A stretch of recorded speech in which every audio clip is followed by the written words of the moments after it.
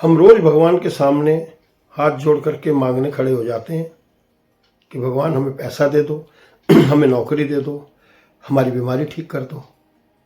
लेकिन कभी सोचा है कि क्या भगवान हमारे नौकर हैं? वो हमारे इसी काम में लगे रहते हैं।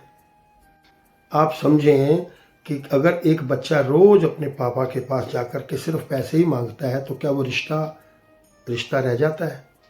मांगना गलत नहीं है, लेकिन मांग से ज़्यादा उस परमात्मा से जुड़ाव जो है वो बड़ा होना चाहिए। आपका जो भक्ति है वो एक किस्म से वो आपका भरोसा है। इंसान की फितरत होती है कि एक उसकी आदत होती है कि वो मुसीबत के समय उस परमात्मा को याद करता है।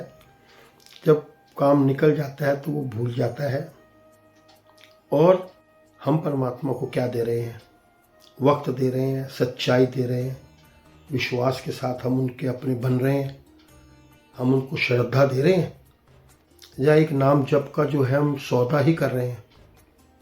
तो दोस्तों, जिस दिन हमें ये एहसास शुरू हो जाता है कि हमारे पास उसका दिया हुआ सब कुछ है, और ये प्रार्थना जब अंदर से हमारी निकलती है, असली भक्ति और असली जो है रिश्ता तभी उसी दिन से शुरू होता है। वही भक्ति असली होती है जिस दिन हमें यह एहसास हो जाता है कि हमारे पास भगवान का दिया सब कुछ है और उसी का दिया हुआ है और वही हमारी संभाल करता है।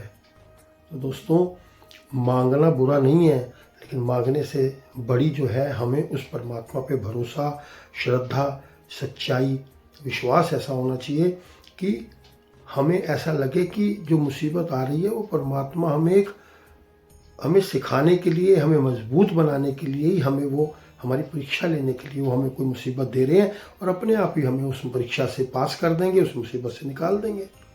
यही एक भगत की निशानी है, यही परमात्मा के प्रति विश्वास और भरोसा है।